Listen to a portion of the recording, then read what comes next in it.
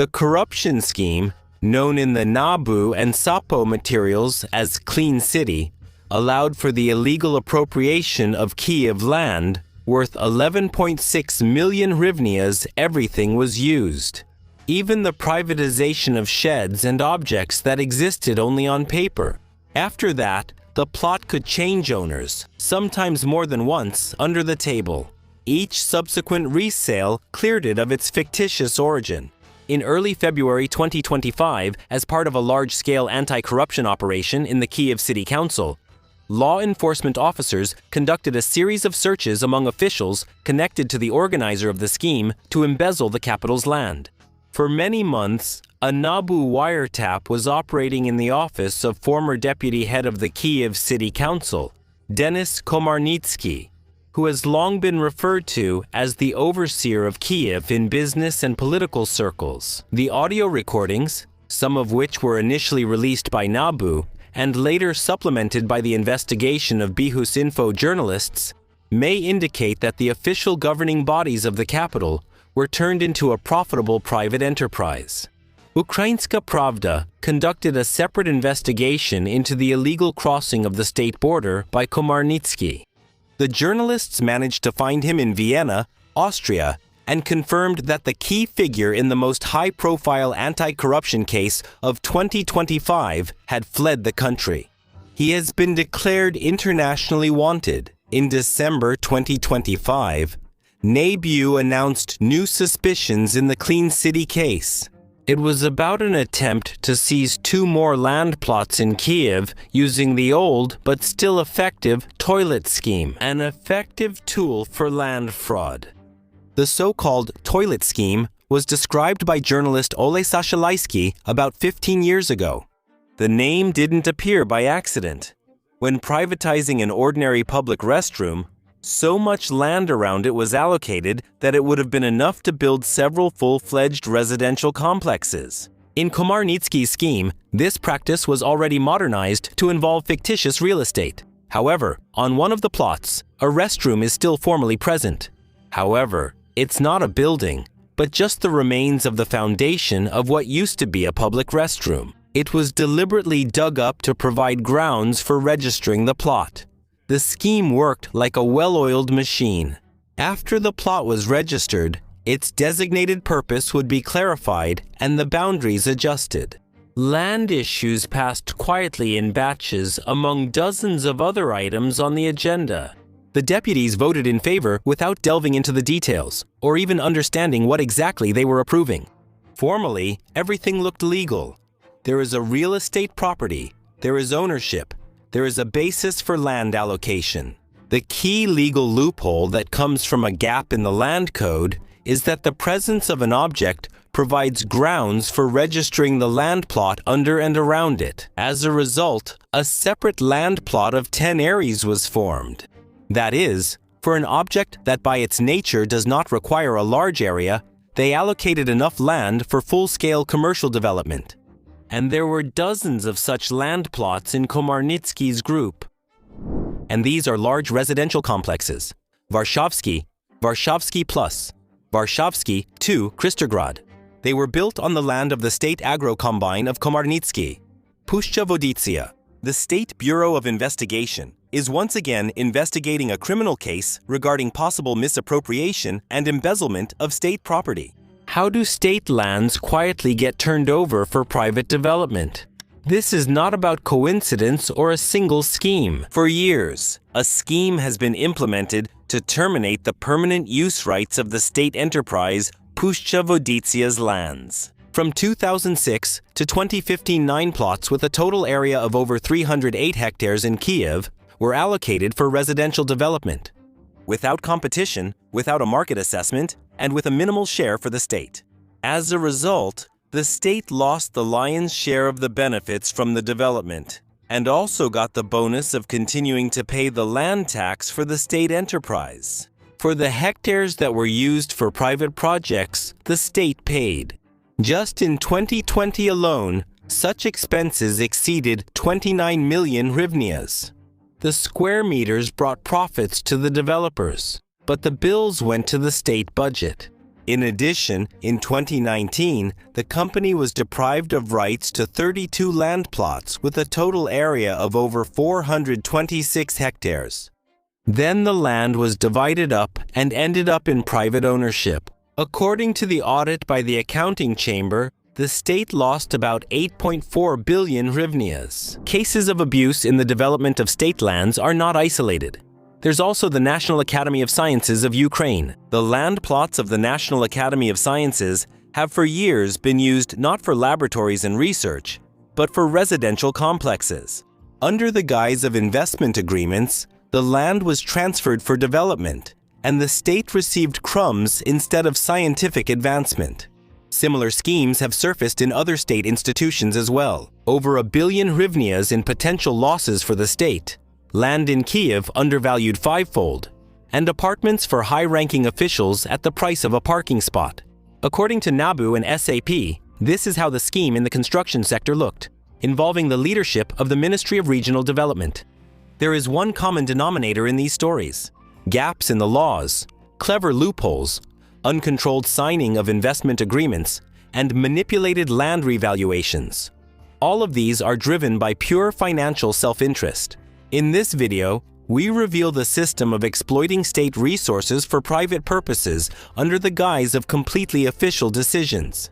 And we explain what to do about it, how to break the corruption machine so that it doesn't keep reproducing itself in new areas. Friends, we have an ambitious goal to reach 200,000 subscribers on the channel by the end of 2026. You might have been watching us for a long time and not even realize that you haven't subscribed. Subscribe to our channel and tell your relatives and friends about it.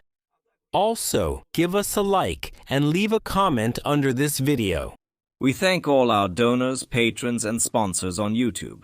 Every contribution you make brings economic prosperity and well-being closer to Ukraine. After all, we are not just making videos, we are enlightening voters who will choose real reformers. Help us with this. The link to support the price of the state is in the description. By law, state and municipal land must be transferred through open land auctions. That means with competition, market prices, and clear rules of the game. But there is a significant exception. If there is already a building on the plot that is privately owned by an individual or a legal entity, the land under it can be obtained without an auction, directly through a purchase or lease agreement with the state or the community. And at first glance, this seems logical. The owner of the property should have the right to use the land where their building stands. The problem is that the law says almost nothing about the details and does not answer three key questions. How can you verify on what grounds a person became the owner of a building? What exact area of land can be given for servicing this building? What should be done if the building is sold separately from the land? These gaps have turned the exception into a convenient tool for abuse. The schemes work as follows. A tiny structure appears on state or municipal land. A kiosk, a shed, a utility room, sometimes literally a toilet. This structure is registered as real property, sometimes after questionable privatization, sometimes after illegal construction. Then the owner of the building comes to the authorities and says, "This is my property. Give me the land under it without an auction." And along with a few square meters of the building, he gets hectares of land. Because the law doesn't set any limits on how much land is needed for such an object. As a result, land that should have been sold at competitive auctions quietly and cheaply ends up in private hands. Courts have already repeatedly found cases where state or municipal land was transferred into ownership or use without any competitive process, in amounts that are completely disproportionate to the size of the buildings located on that land. Moreover, in some cases, these structures were first built illegally, and only later was ownership retroactively registered for them, in order to use this as a basis for retaining a large plot of land. By the numbers, the scale of the absurdity is simply astonishing. 0.5 hectares of land for a building of 12.9 square meters. 0.6 hectares of land for a building of 52.5 square meters, 44.5 hectares of land for facilities with a total area of 13.7 square meters. That's 3,248 times more than the building itself. And these aren't isolated incidents, but a real systemic practice, confirmed by court cases. These mechanisms are called toilet schemes, because often a small real estate property becomes a pretext for taking a disproportionately large piece of land. Another type of such scheme is the registration of completely non-existent buildings. The Chiste Misto case exposed the activities of an organized criminal group that for years had been illegally taking over land plots in Kyiv. According to Nabu and Sapo, it was led by former Kyiv City Council deputy Denis Komarnitsky, who, after the 2019 elections, gained influence over key processes in the Kyiv City State Administration and among Kyiv City Council deputies. After officially registering buildings on promising land plots, members of the group submitted applications to the Kyiv City Council for ownership rights to the land under fake objects, bypassing the open land auction procedure. Officials of the Kyiv City State Administration and Kyiv City Council deputies were involved in the scheme, who, in exchange for bribes in the form of cash or real estate, facilitated the adoption of the necessary decisions. In 2023 and 2024, the group illegally seized land worth over 11 million hryvnias and attempted to appropriate another 6 plots valued at over 83 million hryvnias. During Operation Clean City, more than 90 searches were conducted. Numerous documents and digital data were seized, as well as cash that was used by the perpetrators. At present, the leader of the group has been declared wanted, and active investigative and search operations are ongoing. The state and communities are losing land that should have been sold at auctions and brought real money into the budget. Competition is replaced by direct agreements, and the schemes encourage corrupt decisions under the guise of a legal exception. Does the current legislation contain a number of other systemic gaps related to mechanisms for attracting private investors and using land under permanent use for development? As a general rule, state and municipal land is allocated for development through open electronic auctions. The logic is simple and clear. If you want to build on state land, compete publicly and pay the market price. At the same time, land legislation, specifically Article 92 of the Land Code, allows state and municipal enterprises, institutions, and organizations to receive land for permanent use and to construct real estate objects for its maintenance. That is, the land user has the right to construct buildings and structures within the designated purpose, unless otherwise prohibited by law or contract. However, the code lacks clear rules for exercising this right. There is no requirement to hold an auction to attract developers. There are no established rules for dividing future spaces, and there is no strict control over who and under what conditions can join the project. And here a key contradiction arises. On the one hand, the land user is restricted and cannot simply transfer the plot to someone else. On the other hand, the law allows for various agreements that actually give a private developer the opportunity to use this land. In practice, investment agreements are chosen rather than joint activities or other forms of cooperation. These are the main tools for abuse because they are the least controlled, provide the most room to specify the necessary conditions, and therefore offer a convenient basis for implementing the scheme. The law of Ukraine on investment activity states that the main document between the subjects of investment activity is the agreement. The parties choose their partners themselves. They determine the conditions themselves. The state does not have the right to interfere beyond the limits of its competence. The investor independently determines the goals, volumes, and directions of investments. He can transfer the rights to use and dispose of the results of investments to other persons. Everything is regulated by the agreement. This means that it can be written out, almost in any way, as long as it does not formally contradict the law. The law also does not clearly define the boundaries for granting a land plot based on an investment agreement. Because of this, Such projects usually do not get included in the state register of state aid. We have a situation where an investment agreement turns into a universal key, allowing anyone with such an agreement to gain access to state or municipal land. The parties could have chosen the path of joint activity agreements as provided by the Civil Code of Ukraine. Article 1130 allows for joint activities without creating a legal entity. Contributions can be different: money, property, knowledge, even business reputation. The parties set terms independently, but this also presents a problem. Neither the Civil Code nor the Land Code establishes a clear procedure for transferring a land plot within the framework of joint activity. Investment agreements are used more often because they are the least formalized, do not require special procedures, do not require mandatory approval, and are not subject to systematic state supervision, and that's why they're easier to mass produce.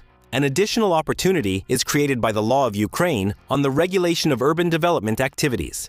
It allows state and municipal enterprises that have land plots in use to act as construction clients. Moreover, the functions of the customer can be transferred to another person under a power of attorney agreement. That is, a municipal enterprise has land in use, signs an investment agreement with a private company, transfers the customer functions to it, and the private developer builds on this land. Legally, the plot remains under the permanent use of the enterprise. In fact, it becomes an asset of private business. The core issue is unique. It's solely about whether an investment agreement can be made, and the issue is that there is no procedure for transferring land for such agreements. There is no mandatory control and registration of decisions as a form of state aid. There are no clear restrictions regarding the content of investment agreements in terms of land use, and there is no mechanism for mandatory competitive selection of the investor. In practice, a state enterprise with the right of permanent land use enters into agreements with a private developer.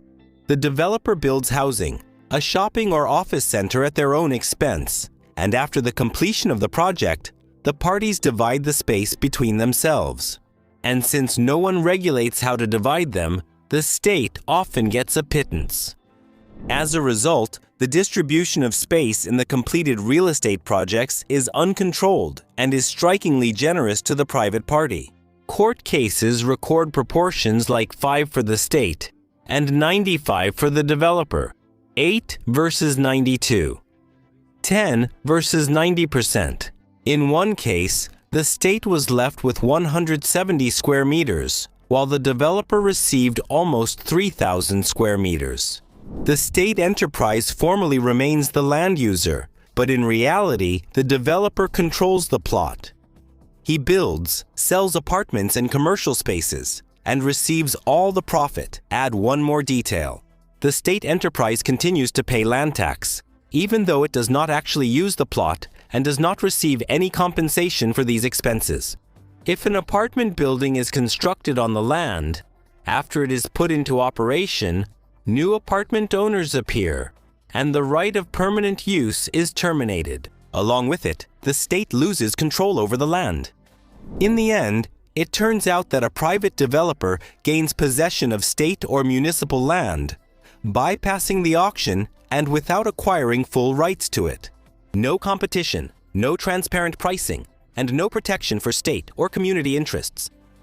Formally, everything looks like a construction contract. In essence, however, the legislation allows bypassing the main rule that land, including land for development, must be allocated through open competition. This turns state land from a public asset into a quiet currency for behind-the-scenes deals. As a result, schemes have emerged that have become widespread practice.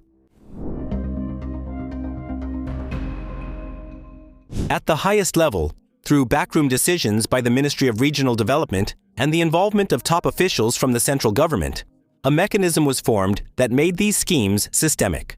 In June 2025, NABU and SAP announced suspicion against the current Vice Prime Minister of Ukraine, Oleksiy Chernyshov, who previously headed the Ministry of Community and Territorial Development, for abuse of office and receiving an unlawful benefit in an especially large amount, for himself and for third parties. He became the sixth suspect in the case of large-scale corruption in the construction sector involving high-ranking officials.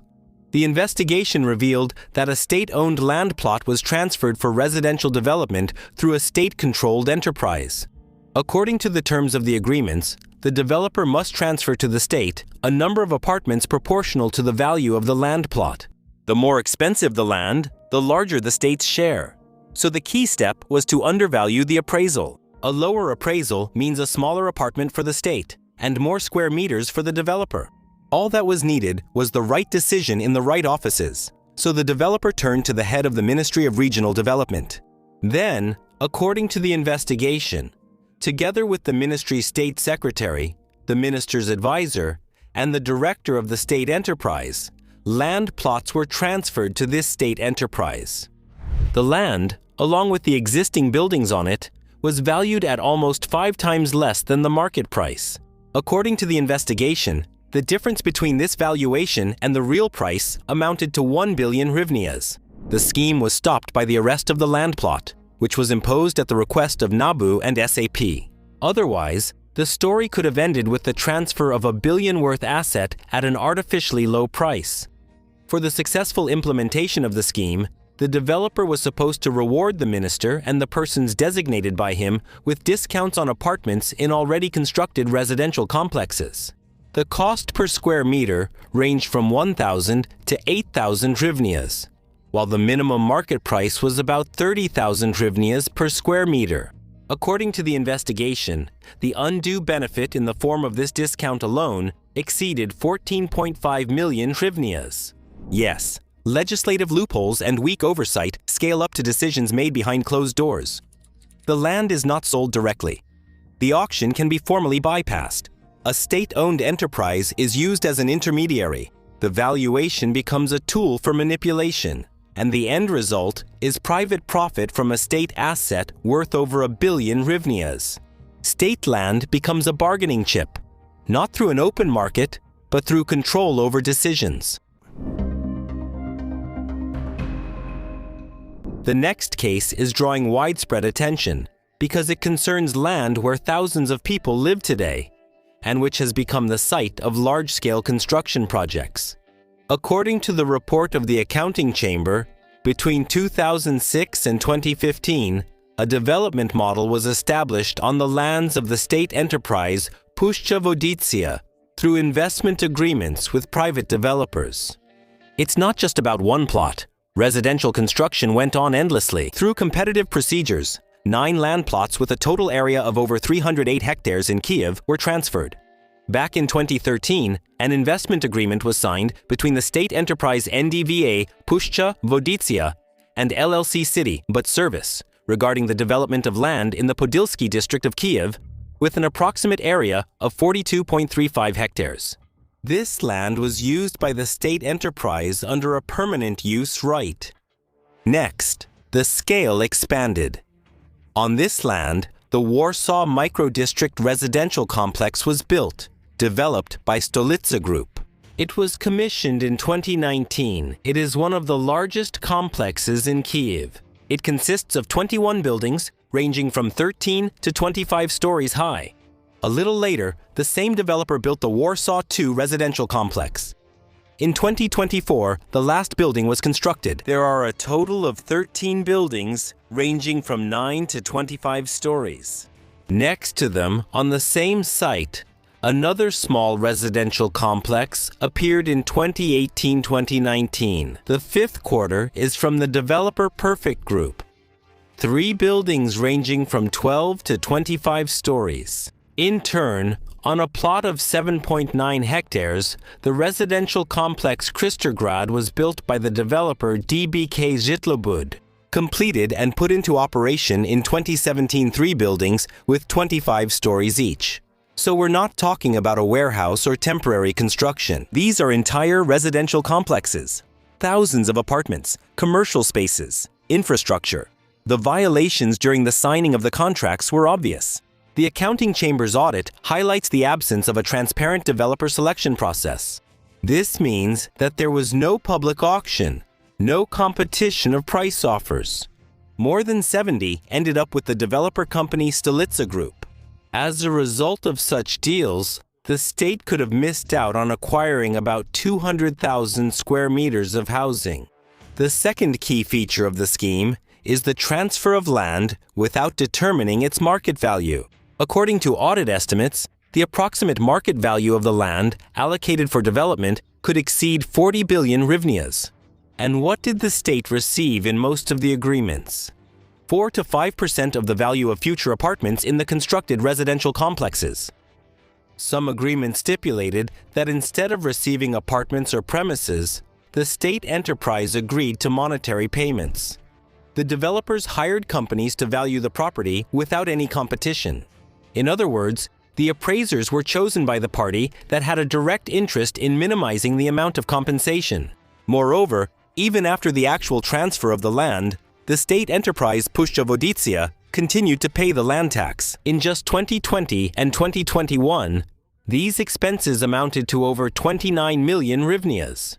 And the enterprise lost almost another 5 million hryvnias due to the untimely change of the land's designated purpose. A private developer builds and sells apartments, while the state enterprise continues to bear the tax burden. The problems were not limited to construction. Part of the land belonging to the state enterprise Puszcza was not properly registered and was not reflected in the accounting records at all. When an asset is not accounted for, it becomes vulnerable. It's easier to lose, divide, or transfer it. In 2019, the enterprise's rights to 32 land plots, with a total area of over 426 hectares, were revoked. After that, they were divided and transferred into private ownership. According to the audit's estimate, the value of these lands could exceed 8.4 billion hryvnias. This is no longer just a gap, it's a loss of control over the asset. The accounting chamber concluded the lack of proper control over land use and the implementation of 8 investment agreements by the state enterprise Puszcza have created systemic risks of non-transparent alienation of the state enterprise's assets with an estimated market value of 40.4 billion hryvnias. Since under current legislation, once new owners acquire title to newly built real estate, this will eventually lead to the state enterprise Puszcza losing the right to use these land plots. End of quote. The most ironic thing about this story is that all these blocks now exist as fully developed urban areas with market value, with sales, with profits. And the state, which provided the land, received only a minimal share from the use of its own resource and potential losses. This is the practical dimension of that same legislative loophole, when the regulation allows the developer to access public state-owned land without an auction, without a market assessment, without real oversight. As a result, not just isolated abuses occur, but large-scale residential complexes are built under conditions that are hard to call fair for the public owner. The lands of another state institution, the National Academy of Sciences, were also used not for the development of research or laboratories, but as a resource for residential construction through investment agreements. Over 100 hectares of land, dozens of investment agreements, and more than 20 years of cooperation with developers took place under the banner of scientific development. The scheme is similar. The state institution has land in permanent use. Formally, it can attract an investor for construction. In practice, this means that the plot is transferred to a private developer who builds a residential complex, and the academy receives a portion of the apartments or non-residential premises. No open auctions, no competitive selection. According to the State Audit Service, over more than 2 decades, the National Academy of Sciences has signed 44 such contracts. 20 of them were signed between 2020 and 2023. As a result, more than 130 hectares of land were transferred to private investors, 116 of which are located directly in Kyiv. And in the context of the dynamic real estate market, they are considered premium class assets. In Kyiv, the land of the Mykola Mykolaiovich Hryshko National Botanical Garden, which has the status of a nature reserve, was similarly drawn into an investment scheme with construction written all over it. Despite a direct legislative ban, the plot was allocated for a residential and commercial development project, where the botanical garden was supposed to receive a share in the future square meters. The State Audit Service of Ukraine recorded violations. For 6 years, the developer could not advance the project due to the protected status of the territory. But during this time, the institution managed to receive 2.6 million hryvnias from the investor in cash, goods, and services, including plants, tulip bulbs, and soil. Botsat is a national asset of the state and belongs to lands of natural and historical cultural significance. The law on the Nature Reserve Fund of Ukraine directly prohibits any construction not related to its functioning. That means greenhouses and conservatories, yes. Residential complexes, no. So, the land of the reserve is not a commodity with a price tag, but a territory with protected status, where they have no right to build residential neighborhoods. Also, an investigation by journalists from Biggest Info into another structure of the Ministry of Internal Affairs shows that the leadership of the National Academy of Internal Affairs distributed service apartments among themselves in the City Hub residential complex, the construction of which was previously explained by the need to provide housing for beneficiaries and staff. The first building of the City Hub residential complex was completed in 2024, and already in the summer, the Academy received 18 apartments. They were quickly privatized by employees who were formerly on the housing waiting list and supposedly lived in dormitories. Although journalists discovered that they and their relatives owned other real estate, public rhetoric about the social function and support for those entitled to housing turns into the internal distribution of square meters among their own people. As a result, we have the same scheme, just in different packaging. Essentially, this is a systemic transformation of a public resource into a tool for private development. After all the stories about toilet schemes, invented sheds, and the construction of residential complexes on hectares of land withdrawn from state ownership, it becomes obvious. The problem is not just with specific people, but with the structure of the rules. There is a loophole in the land code itself that allows state or municipal land to be transferred without an auction if there is a private building on it. At the same time, the law does not clearly set an upper limit on the area for servicing such a building, and there is no procedure for verifying the legality of the building itself. It is this legislative loophole that gives rise to these schemes. A small booth or a formally registered shed becomes the basis for obtaining a much larger plot without competition. A regulation that was supposed to protect property owners turns into a tool for taking land out. The draft law number 14,039, developed with the participation of experts in the field of land relations, is intended to close this loophole and prevent abuse. The idea behind the draft law is to distinguish between two different cases: land for servicing a building and land for business. How is this proposed to be done? If a person has already registered ownership of a building that stands on state or municipal land, they will have two scenarios. The first scenario, if they need the land only to service this building, meaning exactly as much as is objectively necessary: access, technical area, and minimal space around it. In this case, the plot can be obtained without bidding, but not arbitrarily, strictly within the maximum allowable area, which will be determined according to the Cabinet of Ministers methodology.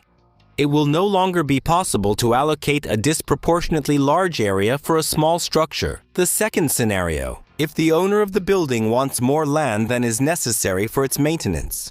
For example, to build a new complex, expand the business, or develop the area. In that case, only through open land auctions, no exceptions. If the owner of the building does not win the auction, he does not lose the building itself. His right is simply limited to the part of the land that is actually needed for its maintenance. If the land is leased, he will only be able to use the minimum necessary part based on an agreement with the person who won the auction. If the plot is sold to another winner, a small piece will be separated from it. And again, according to the Cabinet of Ministers methodology, specifically for the maintenance of the building. This part will be transferred to the owner of the structure, and the owner of the structure will compensate the auction winner for its value. So the balance of interests is maintained, but you won't be able to keep extra hectares in reserve anymore.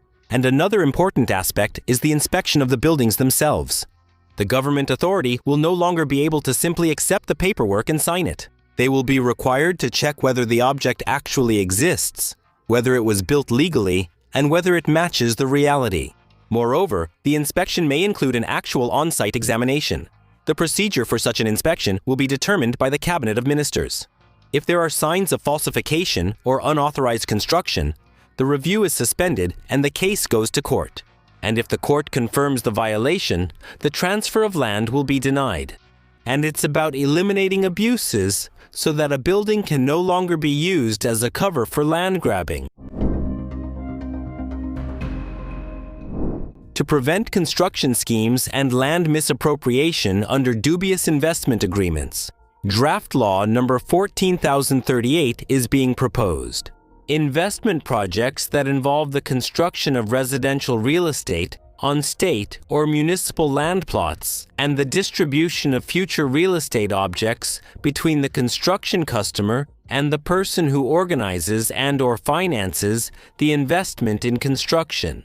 These are public-private partnership projects and are implemented through the conclusion of agreements in accordance with the law of Ukraine on public-private partnership, except in cases where the land plot has been transferred to such a person under the right of lease or superficies.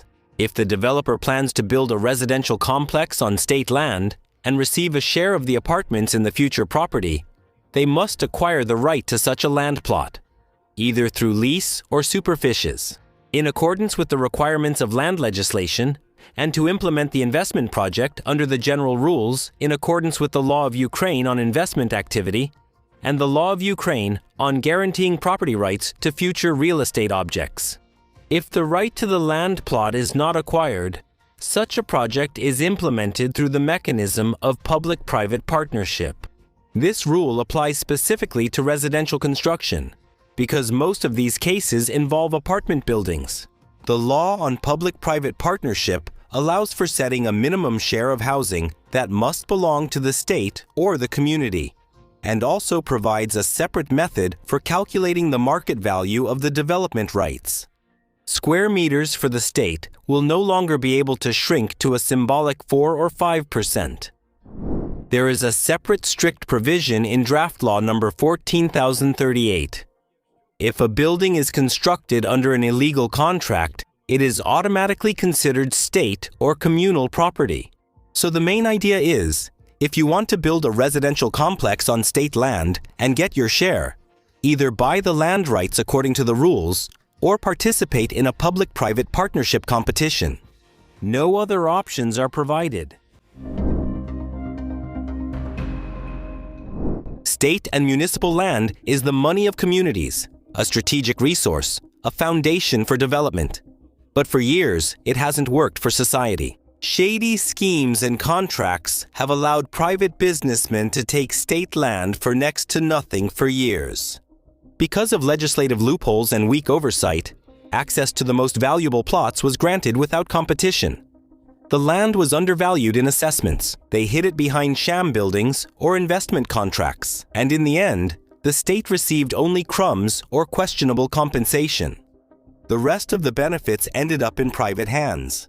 Toilet schemes, the story with the state enterprise Pushchavoditsia, the development of Nasu lands, the Academy of Internal Affairs, and the cases of the Ministry of Regional Development are different stories with the same logic. Through legislative schemes, public resources are taken out of state control. Through fake documents and corrupt decisions by officials, state land was turned into a tool for personal enrichment of a small group of people, causing harm to the budget and communities. What should be done about this? Close the loopholes in the legislation. Ban the transfer of state land for development without open tenders and independent market evaluation. Make it impossible to terminate the right of permanent use for investment projects. Make permanent use for investment projects impossible. responsibility of the heads of state enterprises and relevant ministries.